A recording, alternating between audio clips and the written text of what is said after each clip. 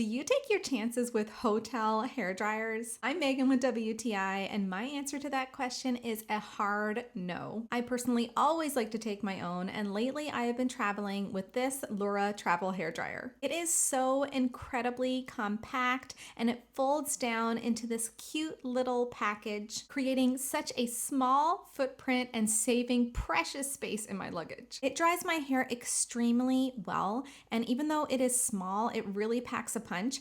I find it to be really powerful, and it really gives my fine hair that body, volume, and bounce that it really needs. I absolutely love how extremely lightweight it is. I feel like my arm does not get tired at all when I'm using it. This makes it almost effortless for me to maneuver it along with my hairbrush and to get my hair completely dry. Besides its incredible function, I think this hair dryer is super cute. It comes in so many different colors, but I absolutely love the rose gold color that I have. I will not be compromising my hairstyling routine no matter where I go, thanks to this LURA travel hair dryer.